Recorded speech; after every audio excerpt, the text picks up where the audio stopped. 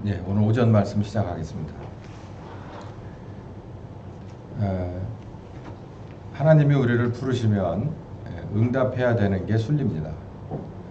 부르시는지도 모르는 경우도 있고, 부르셨는데도 내가 나를 어떻게 부르셨는지 또 어떻게 응답해야 되는지를 모르는 경우도 있습니다. 이제 우리 교회는 3월 접어들어서 부르신 하나님 앞에 응답하는 그런 상황으로 이제 말씀을 드리고 있습니다. 그래서 첫 번째 시간에는 하나님의 부르심에 응답한 사람들을 우리가 성경에서 좀 찾아봤습니다. 노아도 있었고 아브라함도 있었고 엘리야도 예수님도 제자들도 있었다. 그리고 지난주 주일날은 우리 교회 학교 생기는 바람에 그 개교 예배로 드려서 이제 말씀을 잠시 지연하다가 지난 수요일날 두 번째 시간을 가졌는데 히브리서 9장에 나오는 말씀 전체를 봤습니다. 대제사장으로 지성소에 들어가신 예수님에 관해서 히브리서 저자가 거기에 아주 낱낱이 자세히 설명을 해줬습니다.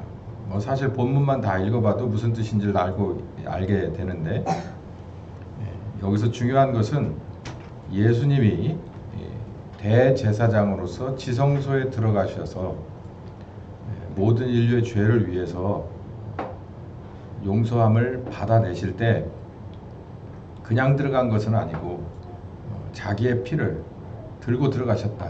자기의 생명을 들고 들어가셨다.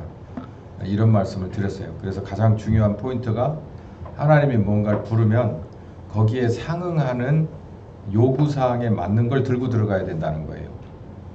빈손으로 들어갈 수는 없는 겁니다. 그래서 멜기세덱이라고 하는 특별한 제사장의 그런 이 뒤를 이은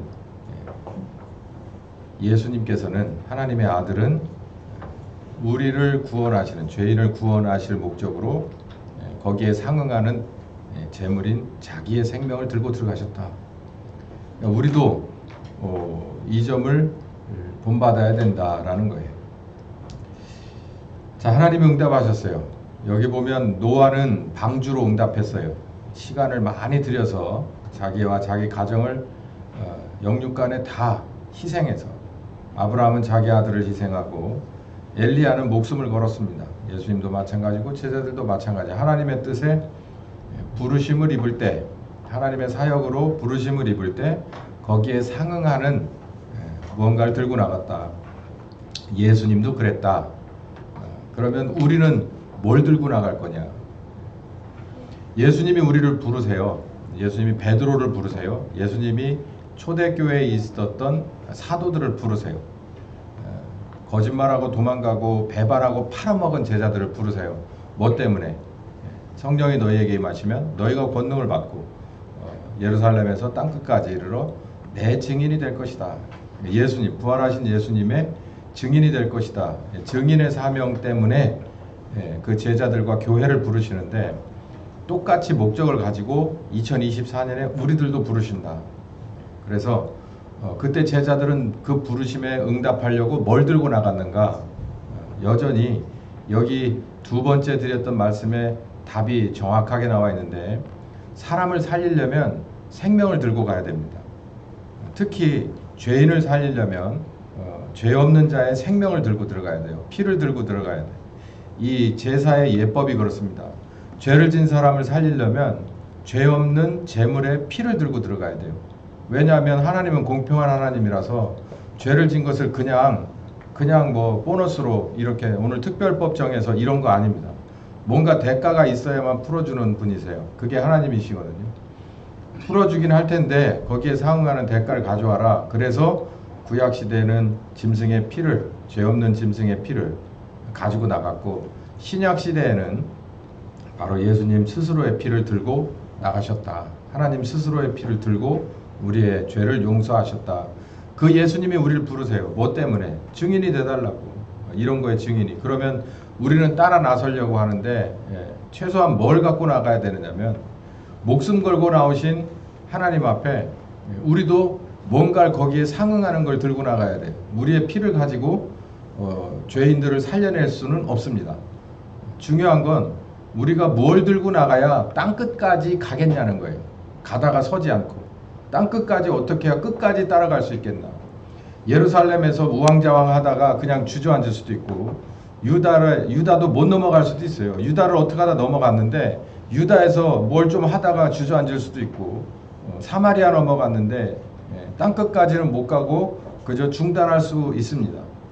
그렇게 하지 않고 땅끝까지 이르러 내 증인이 되달라. 네 평생 네 목숨 다하는 때까지 내 증인으로서 나와 함께 일 좀 해주지 않겠냐라고 하는 게 부르심의 핵심인데, 따라가려고 하면 뭘 들고 가야 되냐면 우리가 생명 들고 따라가야 된다는 거예요. 무섭잖아요. 그래서 오늘 말씀은, 우리 교회는 이제 처음 나오신 분들이 화들짝 놀랄 게 뭐냐면 생명 막 운운하는 거예요. 죽을 죄인을 살리는 곳이 교회라고 들었는데 생명 들고 나오라고 말을 하는 거예요. 막 생명 내대라, 생명 내 질러버려라, 이렇게 얘기를 하는 거니까 처음에 듣고 혹시 동영상 보고서 그냥 자신 없는 분은 그냥 나가시면 됩니다.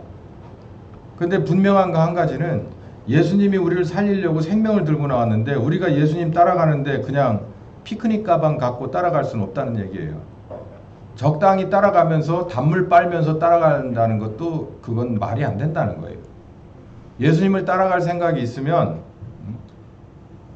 신자라고 말하는 당신이 예수님께 뭔가 뭘 받았다고 생각하면 어찌됐든 그 중간 과정은 필요하지만 어찌됐든 당신은 예수님의 증인이 위해서 땅끝까지 가는 사람이 돼야 되는 것이, 그게 부르심의 목적입니다.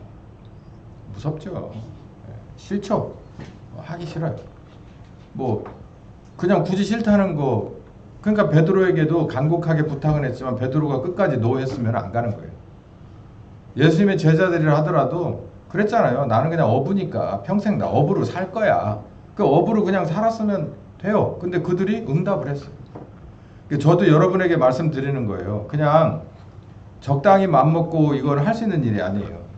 이건 마음만 먹는다고 될 일도 아니고, 이걸 다 검사를 해요. 우리들의 마음을 하나님이 검사를 해서 보낼 만한 자를 보내지 가다 돌아올 건 안 보낸다고 누가복음 14장에 얘기하잖아요. 그래서 자꾸 이 얘기를 지루하게 드리는 거예요. 저도 그만했으면 좋겠는데, 이건 그냥 개인들끼리 나는 정말 가야지라고 가야 할 이유와 그런 증거가 분명한 사람들은 제가 이런 얘기를 안 해도 그냥 되는데, 혹시 이 말씀이 여러분에게 무엇을 하는데, 내 생명을 들고 따라가는데 다 드려버리는데 도움이 될까 해가지고 드리는 말씀이에요. 그래서 오늘은 우리가 뭘 중점적으로 볼 거냐면 평안이라고 하는 열매에 대해서 볼 겁니다. 이 평안이라고 하는 열매가 성령의 그 9가지 열매 중에 있습니다. 희락과 화평, 이거 뭐 통틀어서 평안인데요. 피스. 이게 그냥 우리가 말하는 피스하고 저 하나님이 말하는 피스, 성령의 열매에서 피스는 이게 달라요. 이 평안은. 그래서 이 평안이라고 하는 것이 어쩌면 여러분이 우리 주님의 부르심에 응답해서 나도 성령님을 따라서 예루살렘에서부터 땅끝까지 가는데 돌아오지 않을 거다, 그렇게 그 말씀에 응답하겠다라고 생각하는 분은 아마 이게 열쇠일 겁니다. 근데 뭐 그렇지 않은 분들도 들어두시면 도전이 되는 말씀이에요. 제자들은 불안했습니다. 불안했어요. 이 불안했다는 것이 역사와 전통이 깊습니다. 우리 인류에게 있어서. 불안하지 않다면 하나님을 찾지 않아요. 고통스럽지 않다면 하나님을 찾지 않아요. 원래 하나님이 사람을 만들었을 때 불안하라고 만든 건 아닙니다. 걱정되라고, 슬픔과 좌절과 그리고 절망하라고 만들어 놓은 건 아니에요. 성경 어느 데를, 창세기를 아무리 1, 2, 3장을 구석구석 읽어봐도 결국은 이건 어디서부터 왔느냐면 하나님이 하지 말라는 짓을 했기 때문에 거기서부터 불안한 거예요. 예를 들어봐요. 결혼에도 룰이 있습니다. 성경에 결혼에 관한 룰이 있어요. 그 룰을 지키면요, 불안할 일이 없고 떳떳합니다. 세상에도 결혼에 관한 룰이 있어요. 그 룰을 지키면 떳떳해요. 누구에게? 배우자에게 떳떳해요. 그 룰을 잘 지키면 됩니다. 근데 그 룰을 음으로 양으로든 아니면 유형이든 무형이든 그걸 어그러뜨리기 시작하면 불안하기 시작해요. 그나마 불안한 건 다행이지. 고칠 수가 있으니까. 근데 그게 익숙해지면은 그냥 그게 그냥 그런 거예요. 그게 그냥 삶이에요. 그게 양심에 화인 맞았다 그러는. 제자들이 불안했어요. 뭔가 이게 하나님 뜻대로 되지 않는 거예요. 물론 죄로부터 불안은 싹트기 시작했지만 제자들은 늘 불안했어요. 왜 이렇게 불안할까? 여러분도 사실 이론적으로 결론은 그래요.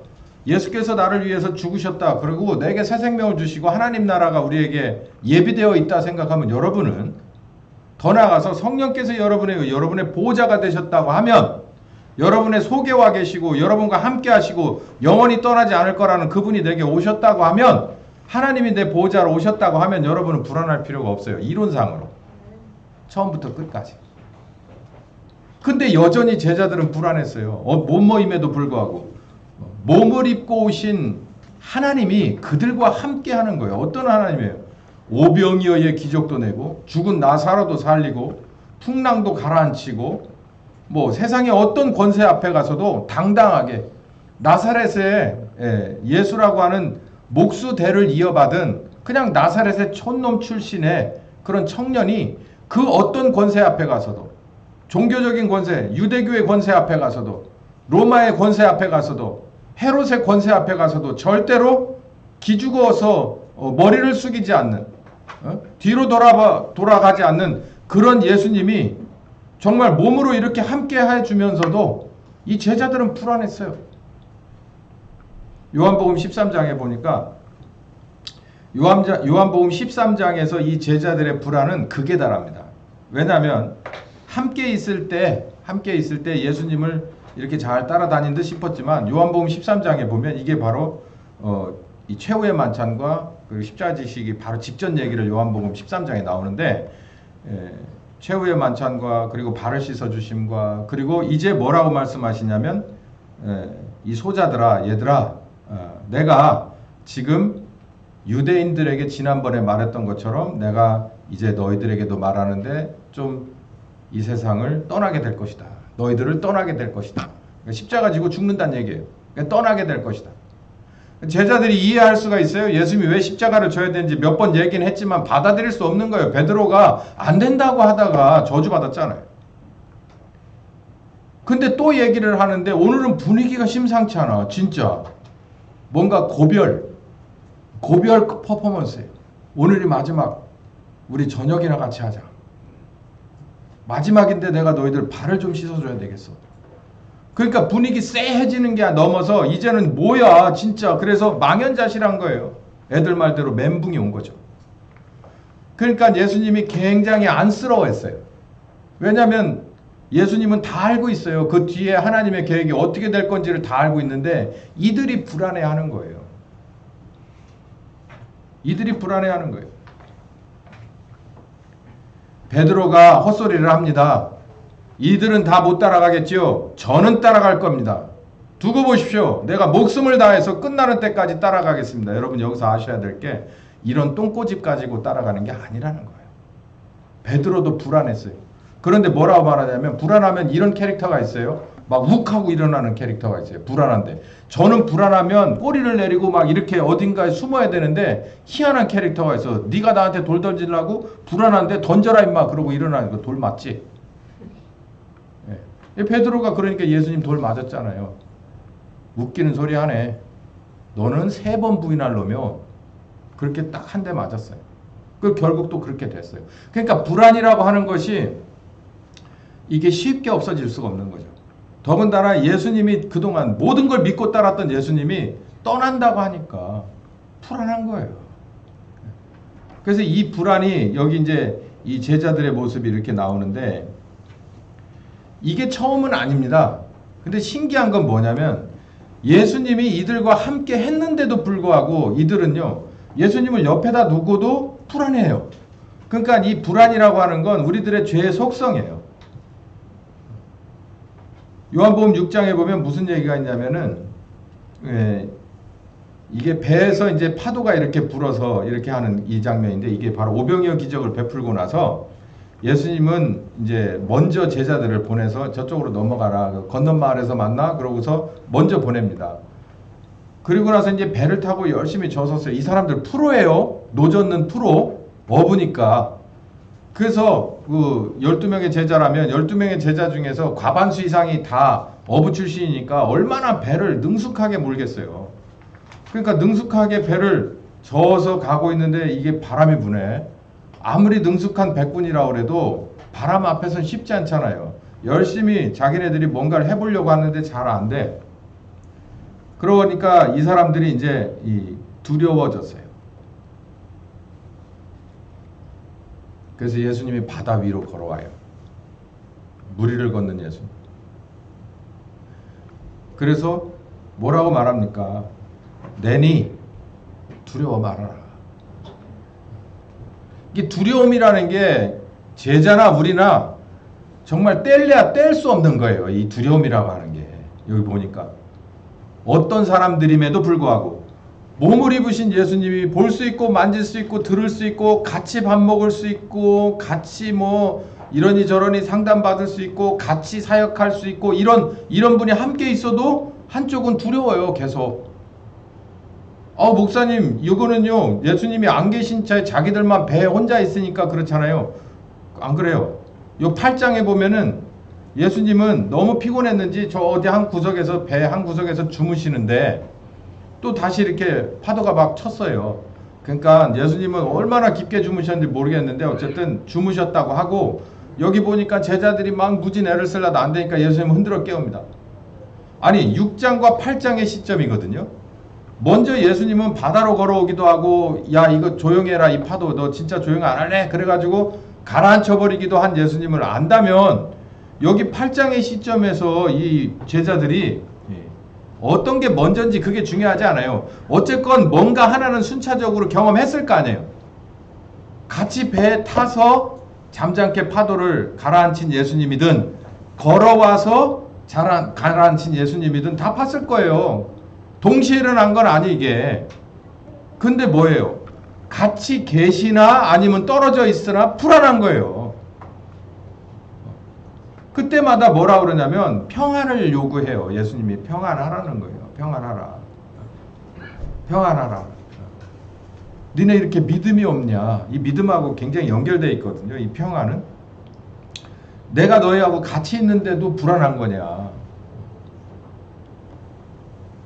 그러니까 이게 이 제자들에게 불안은 어쩌면 타고난 겁니다. 근데 우리도 다르지 않아요.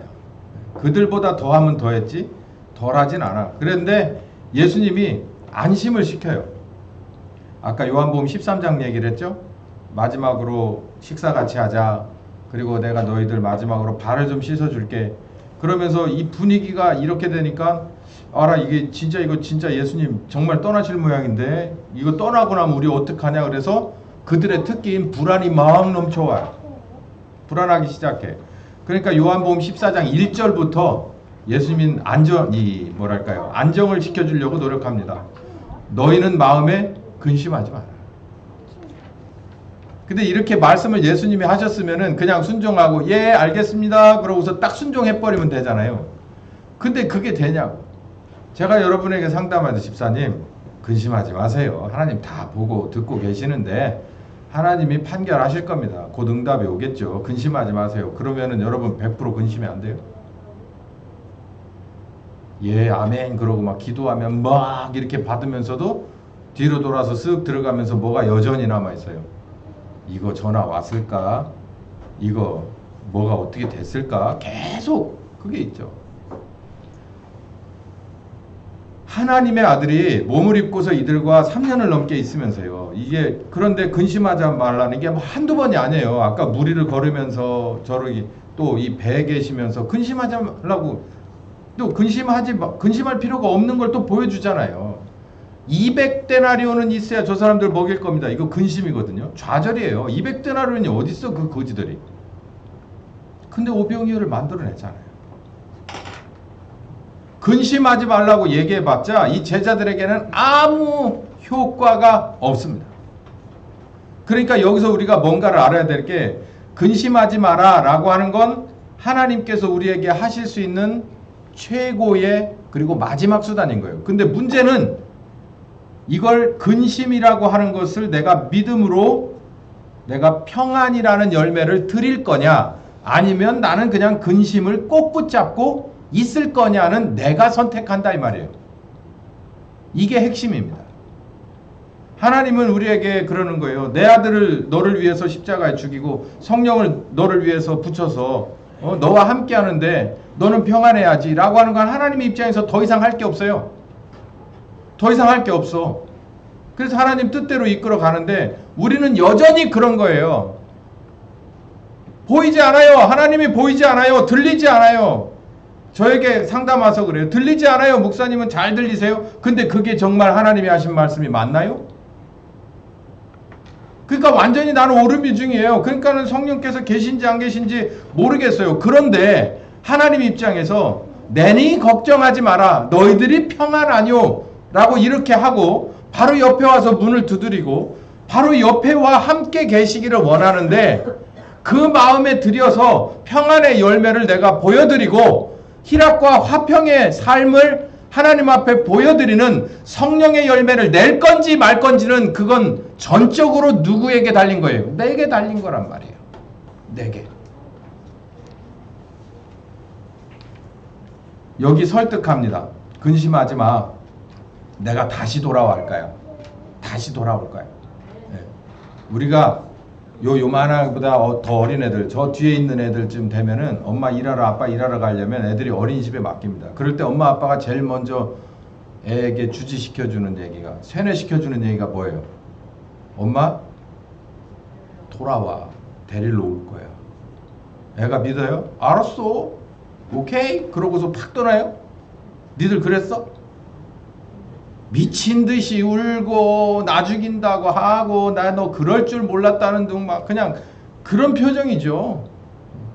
비비 틀고 들고 막 아파. 나중에는 열 펄펄 끓고 아파.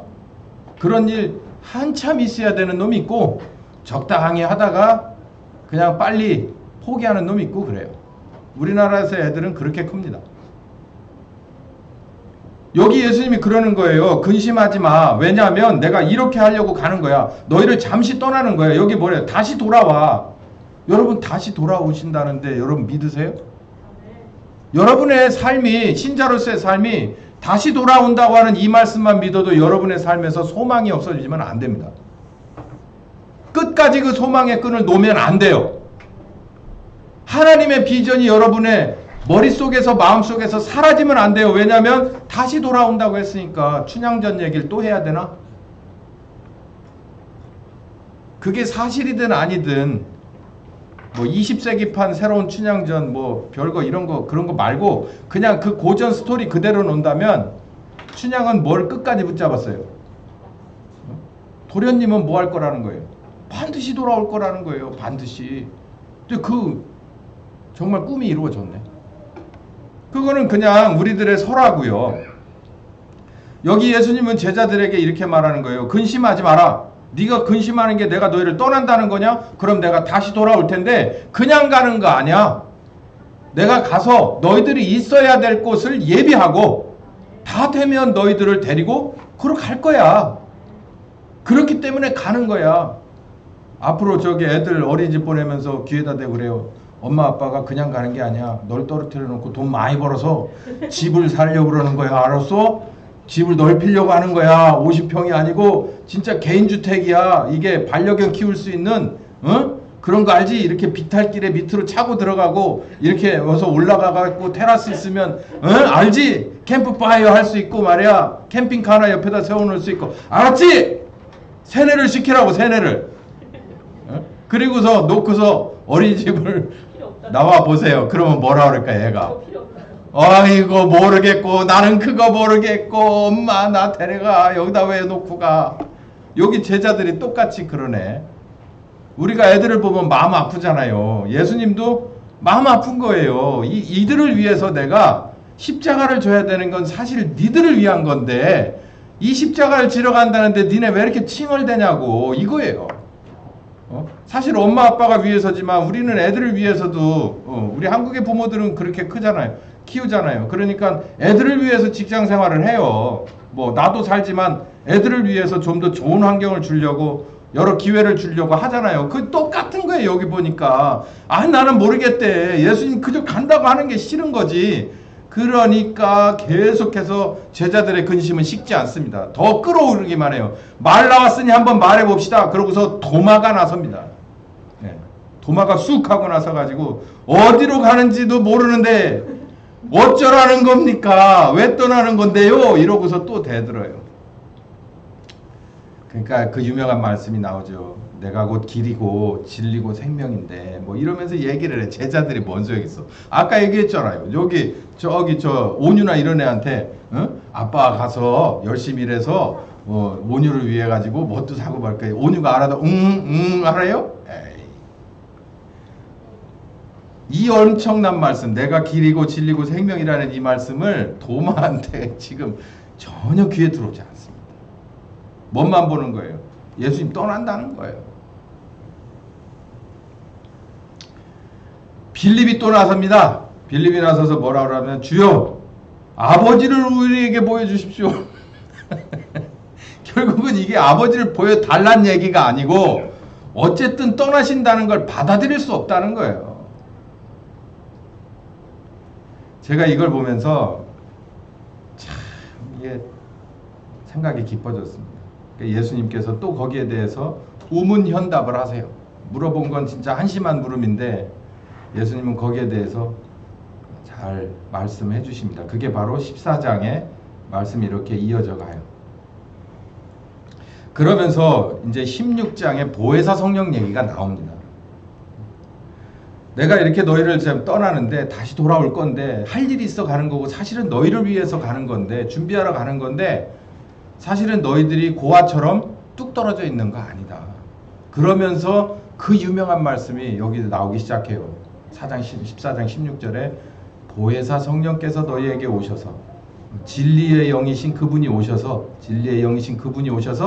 너희들을 고아 같이 버려두지 않을 것이다. 그러니까 제자들이 고아처럼 뚝 떨어지는 것 같은 거예요. 그러니까 예수님을 어떤 식으로든 엄청나게 믿고 따른 건 사실이지. 이제 하나님이 원하는 그런 좋은 방향이든지 바람직한 방향이든지 아니면 자기들 욕심이든 어쨌든 예수님을 놓기 싫은 거예요. 떨어지면 고아 같은 그런 절망감에 빠질 것 같은데 예수님이 정면으로 답을 줍니다. 절대 너희는 고아처럼 떨어지는 애들이 아니다. 너희에게 올 것이다 라는 거예요. 진리의 영이 너희에게 올 것이다. 이들은 거듭나지 못한 상태였어요. 왜냐하면 예수님이 십자가를 지시기 전이니까. 그러니까 진리의 영이 오셔서 우리와 함께 한다는 것 자체의 의미를 하나도 모릅니다. 그렇기 때문에 이 얘기를 이 제자들은 이 정말 어마어마한 얘기를 제자들은 알아들을 수가 없었어요. 물론 그래서 예수님을 배반하고 팔아먹고 그리고 3번 부인했죠. 네, 여기 아주 유명한 말씀이에요. 같이 읽어봅시다. 이 노란 그 형광색 표는 그날에는 시작. 그날에는 내가 아버지 안에 너희가 내 안에 내가 너희 안에 있는 것을 너희가 알 것이다.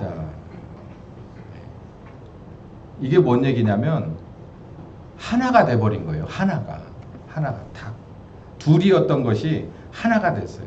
따로였던 것이 하나가 돼버렸어요. 뗄 수가 없어요. 그게 바로 하나의 비밀입니다. 하나님과 내가 하나가 됐어. 그게 임마누엘이라고 하죠. 하나님이 우리와 함께 하시다. 함께 하시다가 시간제로 떠나셨다 다시 온다. 이게 아니고 딱 붙어서 하나가 돼버린다는 거예요.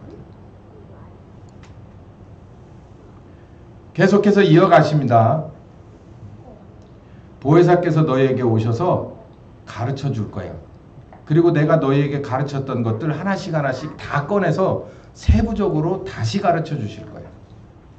그러니까 예수님은 몸소 보여주셨지만 모범을 보여주셨지만 이들이 거듭나지 못했으므로 배우지 못한 부분은 거듭난 뒤에 성령께서 오셔서 다시 가르쳐주고 재교육하고 다시 함께 하셔서 실습해 주실 거야. 이게 부활하신 예수님이 40일 동안 제자들과 하신 일이죠. 그러면서 27절에 있습니다. 27절 읽어봅시다. 시작. 평안을 너희에게 끼치노니 곧 나의 평안을 너희에게 주노라. 내가 너희에게 주는 것은 세상이 주는 것 같지 아니하니라. 너희는 마음에 근심도 말고 두려워하지도 말라. 여기 이게 결론이에요. 요한복음 13장 끄트머리부터 이 아주 그냥 패닉에 빠진 제자들, 예수님의 이별 통보에 패닉에 빠진 제자들에게 핵심이 뭐냐면, 내가 떠나서 잠시 뒤로 퇴장을 해서 너희들을 위해서 준비할 일 다 하고 처소를 예비하고 다시 돌아올 텐데, 그 어간에는 누가 오실 거냐면 성령께서 너희에게 오셔서, 진리의 영이 너희에게 오셔서 너희들과 함께 계실 것이다.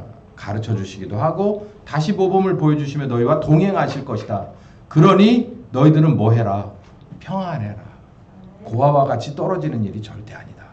이 뒤에 가서는 뭐라고 말하냐면, 내가 오히려 비껴주는 것이, 내가 떠나주는 것이 너희에게 진짜 이득인 게, 내가 너희와 함께 하면서도 믿음이 부족해서 믿고 따라오지 못하던 이들이 이제 거듭나면 성령님을 통해서 아까 우리가 읽었듯이 이렇게 하나 되는, 완전히 뗄래야 뗄 수 없는 이 하나 된 그런 보호자와 우리와의 관계로 다시 새로운 관계가 시작된다라고 하는 거예요.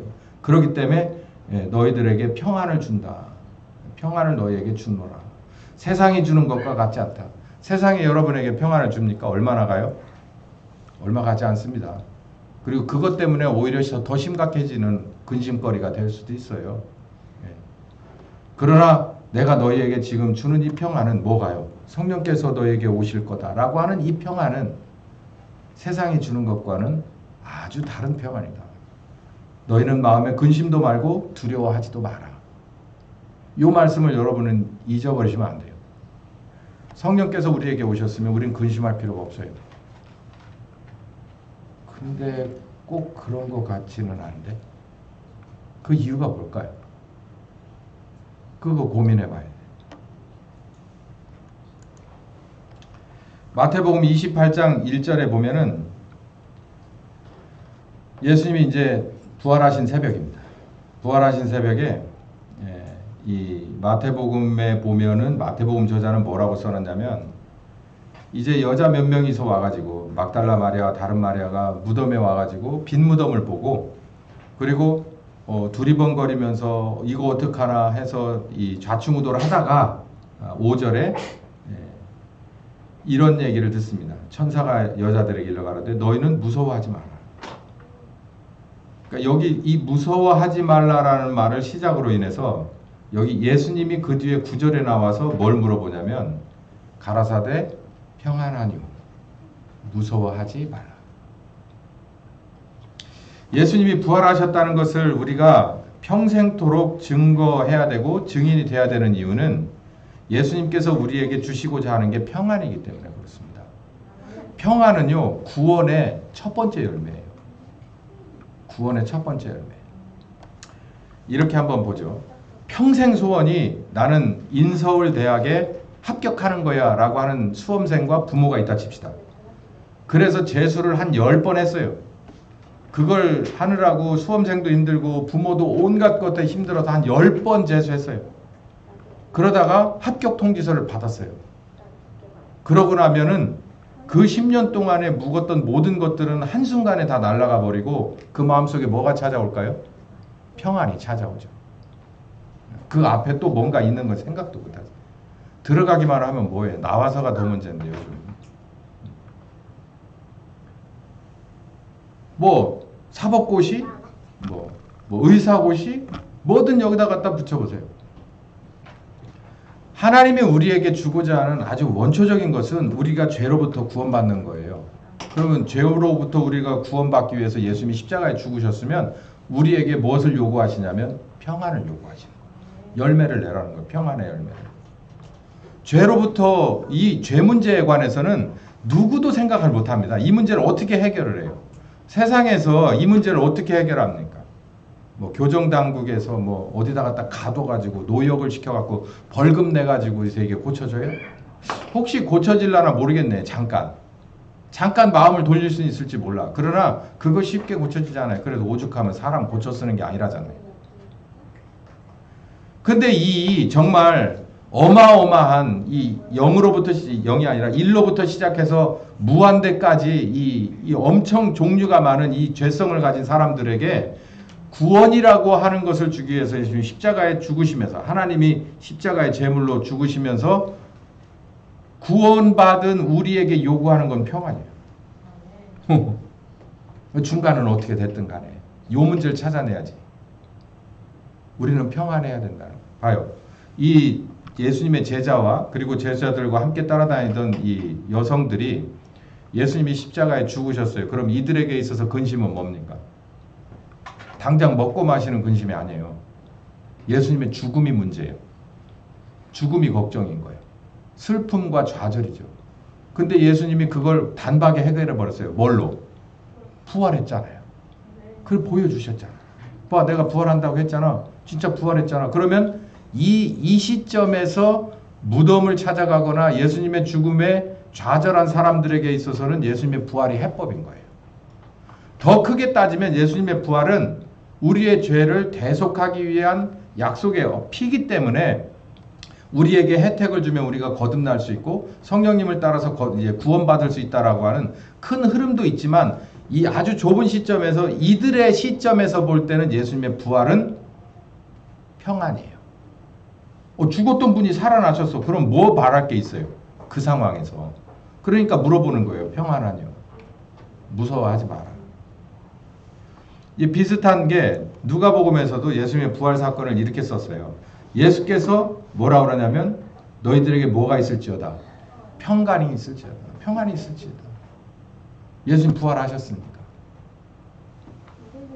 우리는 예수님의 부활이 우리에게 평강이라고 연결되는 것이 쉽지 않아요. 왜냐하면 예수님이 죽으셨다 살아나는 것은 이들에게 있어서 100%의 아주 그 이슈일 거예요. 근데 우리는 그냥 글로서 예수님이 십자가에 죽으셨고 부활하셨다는 거예요. 이들에 있어서는 예수님이 십자가에 그렇게 고난받고 죽으신 게 생생하기 때문에 그 죽으심에서 살아나셨다는 그 자체가 이들에게는 구원이에요. 그 자체가. 그리고 평안이에요. 아, 예수님 말씀하신 대로 십자가에 죽지만 다시 부활하시는 게 맞구나. 이 자체로 이들에게는 평안이 온 거예요. 우리는 이 자체가 이 제자들만큼 크게 다가오지는 않아요. 제자들은 예수님과 같이 어울려 살다가 체포돼서 가서 처형장에서 처형당하는 걸 다 봤기 때문에 그러다 3일 있다가 예수님이 평상시대로 그냥 일어나가지고 살아나셨기 때문에 이들에게는 아하, 이게 사망 권세 이겼네. 이제 로마 총독이 아무리 뭘 해도 우리는 절대 지지 않는구나. 이렇기 때문에 이들에게 평안이 있을 수밖에 없는 거예요. 그러니까 뭘 요구하는 거예요? 평안이 있냐? 아니, 예수님 부활하셨는데도 전 두려운데요. 뭐가 두렵냐? 먹고 사는 게 두려워요. 그래서 디베라로 내려갔잖아요. 예수님이 부활하셨는데도 저는 두려워요.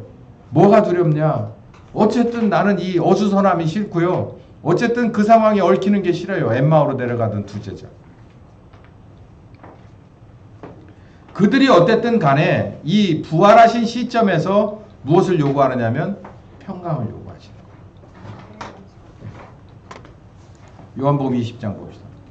요한복음 20장에도 너희에게 평강이 있을지어다.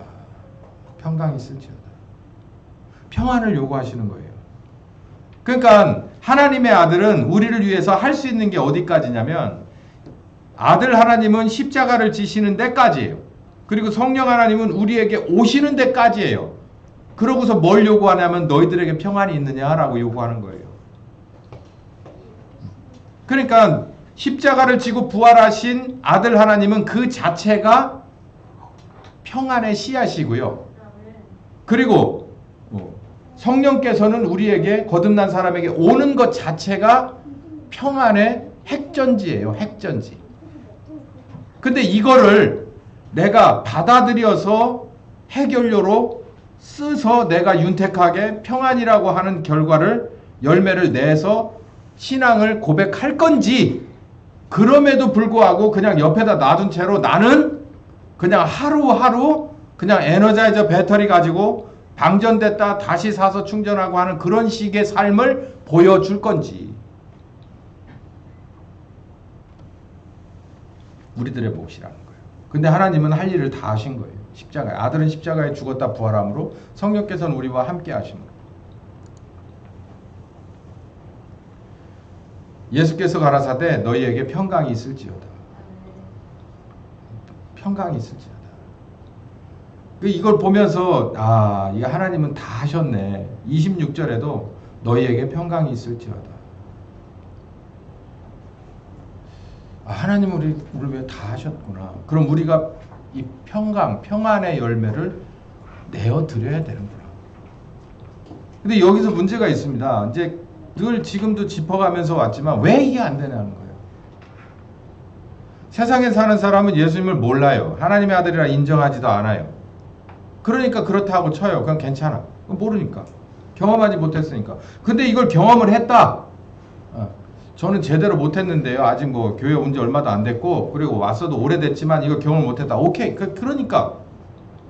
근데 조금 더 위로 올라가서 내가 신앙생활 한 지도 꽤 됐지만, 아니 얼마 안 됐어도 나는 예수께서 나를 위하여, 하나님의 아들이 나를 위하여 십자가에 죽은 것과 이를 통해서 내가 구원받았다라고 하는 그 사실을 믿지 않을 수 없는 경험이 있거나, 그리고 성령께서 오셔서 귀한 말씀을 깨닫게 하셔서 내가 힘들고 어려울 때, 고통스럽고 아플 때, 그리고 해법을 찾지 못할 때 해법이 되어 주셨다는 경험이 있다면 왜 당신은 평안하지 못합니까? 그때 평안하고 유지되지 않습니까? 그때 오셨다가 나가신 겁니까? 구원의 그 언약의 피는 그냥 유효기간이 한 3일입니까? 그걸 질문할 수밖에 없는 거예요. 왜 우리에게 평안의 열매가 나오지 않습니까? 왜 근심의 열매가 더 많습니까? 근심의 열매 가득해서 죽게 생겼을 때 또 다 제초제 뿌리고 말씀 주시고 개입해 주셔서 우리에게 평안이라는 씨앗을 심어주는 이 말도 안 되는 가성비 떨어지는 농사를 우리 개인에게 얼마나 더 해야 된다는 말입니까? 더군다나 내 마음속의 근심이, 평안이, 비율이 맞지 않는 이 상황에서 내가 어떻게 땅끝까지 내 생명을 들고 따라간다는 말입니까? 못 따라간다는 얘기죠. 반대로 내가 평안의 열매가 늘 나온다면, 늘 내고 있다면, 마치 예수님이 십자가를 지러 들어가는 두 번째 날 새벽에 바로 무화과 나무를 찾아가서 열매를 막 뒤적거리면서 아무것도 찾지 못해서 뿌리부터 말라버린 그 무화과 같지 않고, 내가 내 마음속에 평안이 늘 있어서 그 주님을 따라가는데 아무런 두려움이 없고, 두려움이 없은 지가 한참 돼서 이제는 그 주님을 따라가는데 아무 걸림돌이 없어 내 생명도 다 들고 따라갈 준비되어 있다고 할 때는 바로 그 무화과 나무 열매가 되어서 우리 주님의 크로스백 안에 들어가게 될 거라는 거예요. 여러분 이렇게 생각하십니까? 주를 위해서 생명을 드리는 게 아깝습니까? 무섭고 두렵습니까? 이유는 한 가지예요. 내가 그 예수님이 나를 부르시기 전에 뭐 할 준비가 안 됐다는 거예요. 내가 그 평안을 누리고 살지 못했기 때문에, 더 나아가 직접적으로 말하면 내가 그분의 은혜를 맛보았어도, 그분의 은혜로 말미암아 살았어도, 고비를 넘겼어도 그분의 은혜와 그분의 함께하심이 나의 전부가 되지 못했다는 거예요. 필요할 때마다 그냥 당겨 쓰는 거예요. 기름이 떨어지면 주유소 가서 넣는 거예요. 배터리가 방전되면 다시 꽂아서 충전시켜 쓰는 식이에요. 그러니까 자꾸 방전되면, 기름이 눈금이 떨어지면 불안한 거예요. 어디가 주유소인가? 어디가 내가 이 상황을 넘어갈 수 있는 그런 은혜의 창고인가? 그래서 또 찾으러 다닐 수밖에 없는 거예요. 그분은 내게 오셔서 영원히 하나가 되어 주셨는데 거기가 문제였어요. 그러니 뭐 하자는 거예요? 야, 너 따라와서 증인이 되다고 먼 나라에, 남의 나라 얘기해요. 못하는 거예요. 못하는 게 당연해. 혹시 여러분에게 내가 주님을 따라가긴 해야 되는데 라고 하는 이 동기부여가 정확하시다면 오늘 이 말씀에 주목하시기 바랍니다. 우리 주님은 우리에게 다 하셨어요. 아들은 아들대로 십자가에 죽으셔서 그 고통 다 보고 죽으시고 부활하셔서 우리의 대속의 언약의 피를 완성해 놓으셨고, 성령께서는 우리에게 찾아오셔서, 거듭난 우리에게 찾아오셔서 언제나 말씀 가지고 언제나 우리들의 삶을 인도하시며 개입하시며 분별하시며 우리와 함께 하실 준비가 다 된 거예요. 또 그렇게 한 적도 있어요. 문제는 뭐냐? 우리에게 평안의 열매가 안 나와요. 그건 믿음이 인색한 탓이고 불신이 90이고 믿음이 10% 미만인 거예요. 그리고 정말 믿음이 10% 미만인 그 진짜 눈꽃만한 믿음 가지고 내가 뭔가를 얻었었어도 그 믿음 타고 들어오셔서 내게 뭔가 은혜를 주셨어도 유지하지 못하는 거예요. 그냥 헌신짝처럼 버리기 때문이에요. 아주 중대한 결함이 우리에게 있었습니다. 한 번 오신 분, 한 번 오셔서 떠나지 않기로 작정하고 내게 오신 분을 나는 내쫓았다, 땡겼다. 내쫓았다, 땡겼다. 2부에 계속되겠습니다. 기도합시다. 감사하신 하나님, 정말 이 말씀을 깊이 들어가 보니 우리가 잘못한 건 정말 치명적인 잘못이 있었습니다. 주님을 따라간다는 건 어불성설이고 우리의 신앙 자체를 처음부터 다시 어디 부분이 밑빠진 독인지를 찾아서 거길 먼저 수리하고 나서 주님을 따라가든 말든 해야 될 것 같습니다. 우리를 인도하여 주시옵소서. 지금은 우리 주 예수 그리스도의 은혜와 아버지 하나님 극진하신 사랑하심과 성령님의 교통하시는 역사가 이제 내 신앙의 항아리를 처음부터 다시 꼼꼼하게 살펴보기로 작정하는 한 10년과 가정과 교회 후에 함께 하시길 예수님의 이름으로 축원하옵나이다. 아멘.